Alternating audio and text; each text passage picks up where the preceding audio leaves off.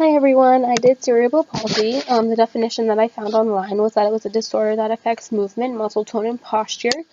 For the first question of basic facts, I found that it's the most common physical disability in young children. It affects 1 in 500 newborns. Over 17 million people have cerebral palsy. The symptoms can vary from person to person. One thing that I found that was interesting was that when you have this disease, the brain is not progressing anymore. And with infants, they progress so fast every single day that sometimes you don't notice something is wrong up until 8 months old. And sometimes you don't get the right diagnosis of what's going on with a child if they have the full degree of the cerebral palsy up until age 5. The parts of the body that the disability affects is obviously the brain. Like I said, it just stops working and not progressing anymore, which then leads to muscle tone and body movement failure.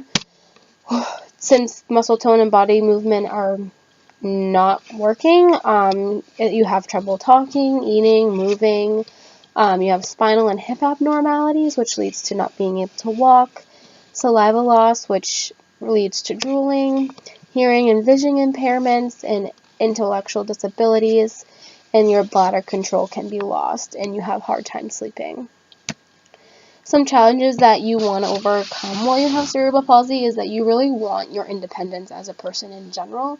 So someone that has cerebral palsy really wants to have that independence. So they try really hard to be able to do things for themselves, and if that even means operating their own mobility device, they'll be happy.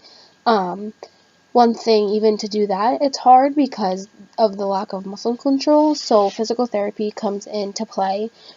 You can lose your muscle control in your arms, your hands, your fingers, so having that physical therapy there to work on those skills is very important.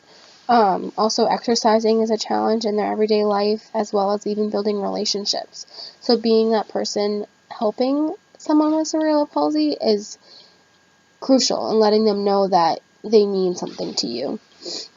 There is no cure for this disability, so finding ways to overcome these things that happen in your daily life means so much to them. Therapy can help improve many of those little things, like I said, and it can help alleviate the things that it can turn into, like second disabilities and third disabilities that can topple on top of this. So if you are in it from the beginning and notice things and get the help you need right away, you can help eliminate things from the very beginning.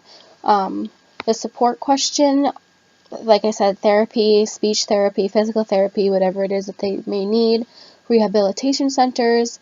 For their intellectual disability, they're going to need help with special in school, so special education. That's definitely an option for them. Organizations to support parents with children that have this ability. Obviously, there's so much parents can take, and sometimes they need that, way to have that outlet. So having organizations that they can reach out to is very important, and even having a support group for the family. Having children interact with someone that has the same disability so they know they're not alone. There's national, local organizations, so making sure you have the resources that you need when you have this disability is important.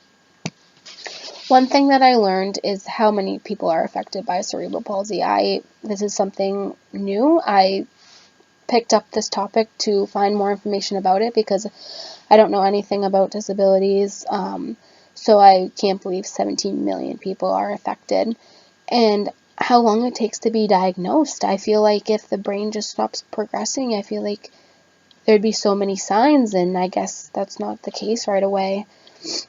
A topic that I would want to go more in depth with relating to cerebral palsy is to look for those signs, because I feel like that's crazy how it takes so long to determine sometimes. So maybe finding more research on that would be cool.